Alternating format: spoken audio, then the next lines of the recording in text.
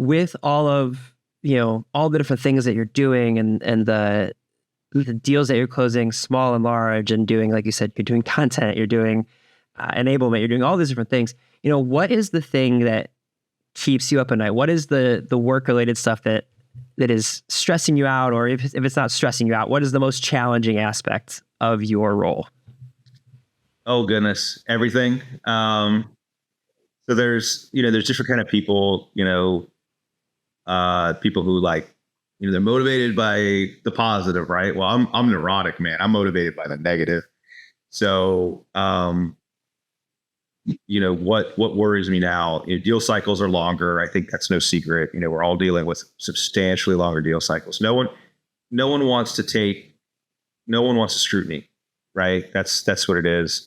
We're also, and this was Chris Orla posted it, we're in a demand neutral environment.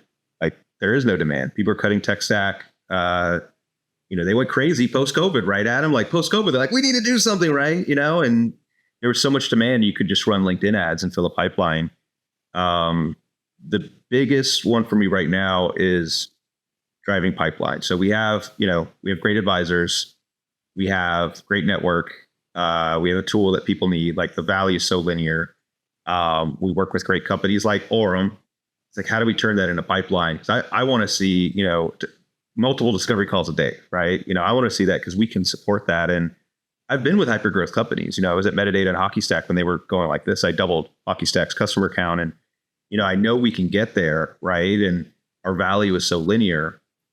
But it's like, how do we take those steps? How do we get there? And our founders are phenomenal, right? They're excellent. They understand. They're open to growing. They listen to our advisors. But that bias to action is like, we can get here. Let's get here, right?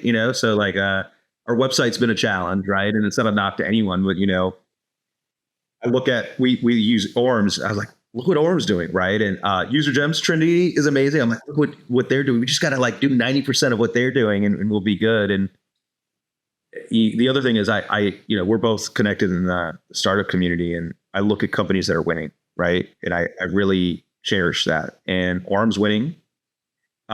User Gems is winning. I saw Cord beat their numbers.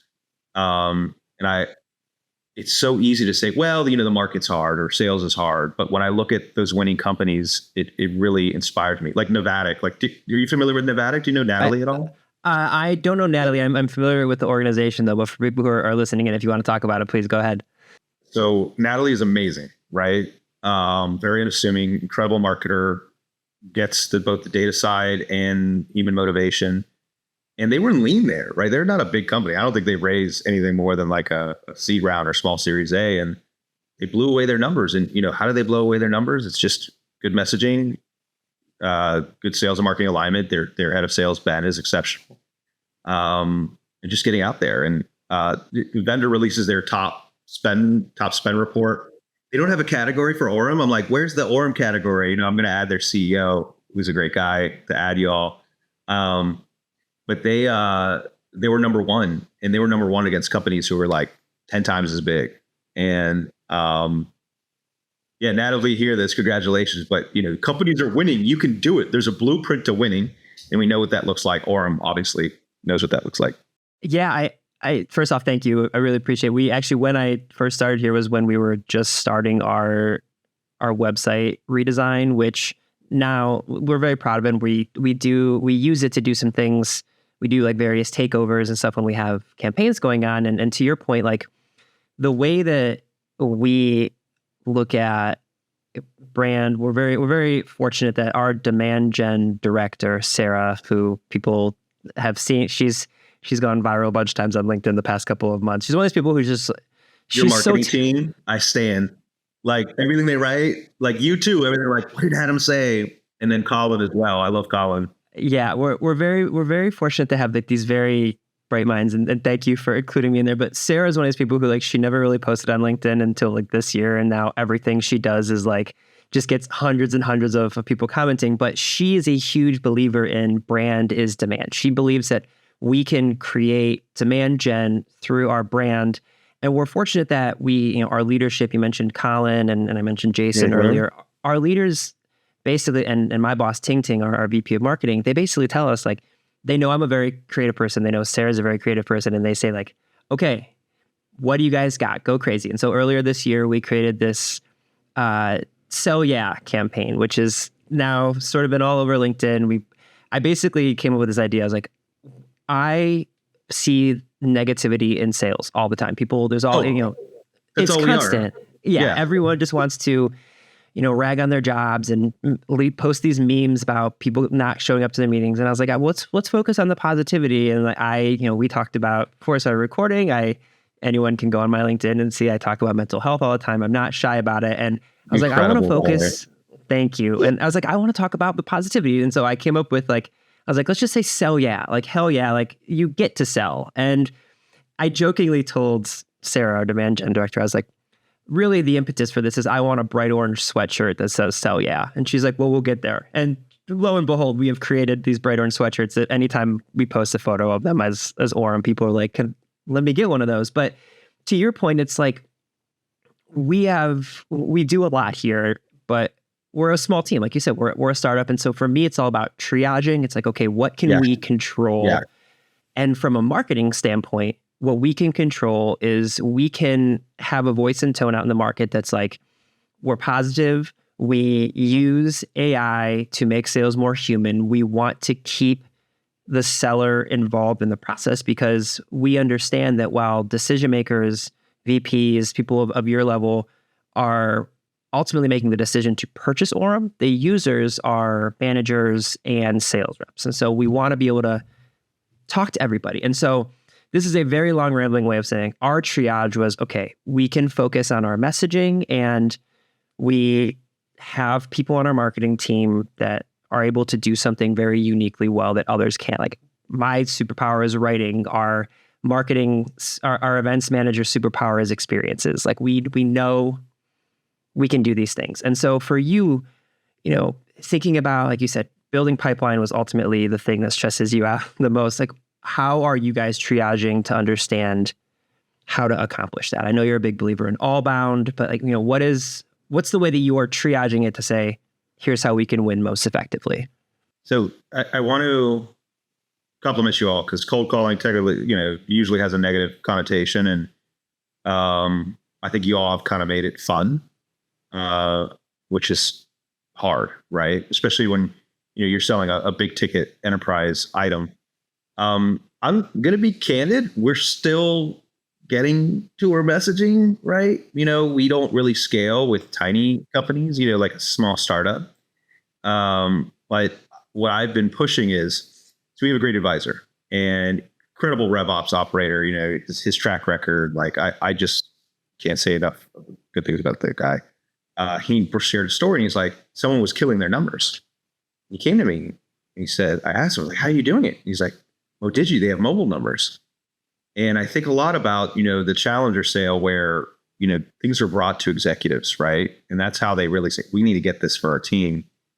So right now, we're trying to continue the top level through our co-founders and our advisors, but trying to build out a little bit more of that human nature. So I host my own podcast. We're trying to drive questions about, hey, what was life like growing up? How did you get into sales? Not just like tactically, okay, do this. And there's a lot of agenda items. And, I will say that idea of making sales fun, is something that I'm probably going to grab a little bit, right? Making sales fun, and shout out to User Gems, hey, pipeline anxiety, goodbye. But it's challenging. We're getting there. We're making updates to the website. My CEO is incredible, Ken Hoppy. He started posting and he's enjoying it. And he's like, I have a friend that helps them, they don't write for him. They don't ghost write, but they help. And I'm like, so, trying to get that out there, make us more accessible and less of, kind of a early 2000s, XVP flavor. But it's tough. It takes time, brand doesn't happen overnight. Right. And, I'm even sure with Orum, like you came on and there was customers that had a bad experience, or there was, people who said, hey, you're much more than parallel dialing, but say, hey, parallel dialing is bad. Those are some of the things we're doing. So I did sell to marketers for 15 years. I've worked with very good marketers. I've seen hypergrowth, so I am able to crib some of those things. Shout out to Mark Huber, the entire metadata team. They were fantastic when I worked with them. I'm like, you guys are so good. That's another thing. Sales, if you work with a good marketer who's brilliant, just let them run and ask them for help. Don't tell them what to do, because if they're getting results and they're brilliant, like your team, like I worked with you, I'd be like, hey, how's that report coming? Can I get some stats? I wouldn't be like, the report has to say this, so that's kind of my theory on that relationship. That's something, we mentioned Colin and Ting Ting a few times now, our VP of sales and our VP of marketing. I will say the collaboration between our sales and marketing team here is really, really dynamic. Actually, last year at SaaStr, I wrote a speech for Ting Ting and Colin about our sales and marketing collaboration, and they presented that at SaaStr, and it was just great to see, because it wasn't just like window dressing. It wasn't just them saying the words that I was like, okay, make people believe that we actually get along. Like we do. I connect with our top sales reps every single week. Everything I write. Aaron Milner is one of our account executives who works in enterprise, and anytime I write a piece that we want to be, whether it's a blog post or a report or like a sales enablement piece, I send it to him and I'm like, okay, would an enterprise person actually care about this from a sales standpoint? Please be honest, because I'm just a marketer. And like that stuff, it works back and forth. Then, because you establish these relationships with salespeople, now when they're sending something to a prospect, they'll come to me and be like, hey, can you help me tweak this message so that it actually is like fun and playful, or is, serious in tone? And you're absolutely right. Like that partnership, I always talk about de-siloing our teams here. Yes. Like my goal is to be so positive and effusive and talkative in Slack or in person when we have the ability to do that, is so that people are like, oh, I can come to Adam for anything. He's not gonna say he's too busy, and vice versa. I wanna, I've gotten so much FaceTime with all these people now. Like I know I can go to our CEO or I can go to Colin and be like, I need you to record something for 2 minutes. I know it's exhausting to do and you have a million other things, but we've built that kind of like that trust, just like you do in sales. We've built that trust to say like, okay, let's help one another. So yeah, I totally hear you. And it is so vital to strengthen those relationships between marketing and sales for sure. Marketing is more than just leads. If you let marketing run, they will create pipeline. And in the interim, there's so many things that you can do with marketing to create your own pipeline, bolster sales, understand the market, just understand the way people think. It's just so valuable. So yeah, we're working on that. We are a smaller team. I know so many great marketers. Like I often look at LinkedIn. I'm like, man, if I had to build a marketing department, I could build like just people who are on the market. I could build like the greatest marketing department ever. But we are getting there. Yeah. I could add you to that list, Adam. Be like, hey, what's Adam doing in 2 years? No, listen, throw me on that all-star team. Listen, I that's actually my favorite thing about LinkedIn is like connecting and interacting with people who, for every comment people see on LinkedIn about like you commenting on my post or me commenting on a person's post at a different company, that they don't see all the DMs that we all send each other. Like, oh my God, I love what you're doing. Yeah. Like that's the stuff where like, that's the good stuff where then you get to go to a conference or you see each other and you're like, just kind of noodle on stuff. That's how future teams listen. We're all fluid. It's people come and go. That's okay. Dude, I love complimenting people, like sending them a DM and, hey, that was a great post, or hey, I love the way you think, or like your marketing campaign. Like I've done that with Sarah, like her posts. I'm like, hey, your posts are so good. I just want you to know. And I think for marketers too, because like, sales, we have our number, right? Like I like positive feedback. Like there's not enough in sales. Like, good job, like that was a hard deal. So, give sales kudos, but I think marketers too, like maybe they don't hear that enough, and they go to the board meetings and it's just like, what do the numbers look like? And, you can say, hey, this is really good. This is really helpful. And then, getting back to cold calling, it all helps cold calling. I remember in metadata that Danny Reed, great seller, by the way. If you want to connect with someone, Danny Reed's awesome. But he said, hey man, I remember when people would pick up the phone and know who we were, and it's just transformational. You see a lot of cold calling advice and you're like, hey, I'm from Gong. Want to schedule 20 minutes? And it's like, dude, that's so different than 90% of the market. Like if OpenAI called me, I'd take a meeting. I'd be like, oh, OpenAI, yeah, sure. I can't buy anything, but yeah. Yeah, I always I love going in Cleveland where I live. They have the Content Marketing Institute was founded, and so for a long Oh time no, that's right. CMI. I've been to 3 of them. yeah. So the founder, Joe Polizzi, I've interviewed him a bunch of times actually. He's a wonderful guy, and for a long time they would do Content Marketing World, which is their big conference here in Cleveland, and now they kind of take it on the road, which is smart for them. But to your point about like someone calling, making a cold call from like being like, hey, I'm from Gong, let's talk. They always do these presentations at Content Marketing World where it's like, so we've brought in the brightest minds from Target and McDonald's and Nike to talk about their marketing strategy. And I'm like, that's great. Their budget is a infinity number, like it's an infinity sign. It's such like different. So I always try to find the tracks at those places where it's like, we've got startups or we have mid-market organizations where I'm like, okay, you have a budget. Talk to me about creativity, as opposed to some executive who is very smart but coming on and they're like, so we brought in Kevin Hart to do a commercial for us. And I'm like, great. I wonder if Kevin Hart will make a cold call for a couple $100. Oh, so let's see what we can do. Dude, I love practical advice. But I remember as a Content Marketing Institute, it was a keynote and they talked about content piece of the year. And it was a good piece, by Informatica, shout out to them. But it was basically like how we did it, playbooks, right? And I'm like, it was just another PDF. And I'm like, that's what's winning. That's it. Like in, Content Marketing Institute, like some of the sessions weren't that great. I'm going to be no offense to Joe. I know he had a lot to handle. But Cleveland was great though. That's why I've been to Cleveland like 4 times, and every year we get nicer. It was during like 2014, 15, 16, 17. Every year we get nicer.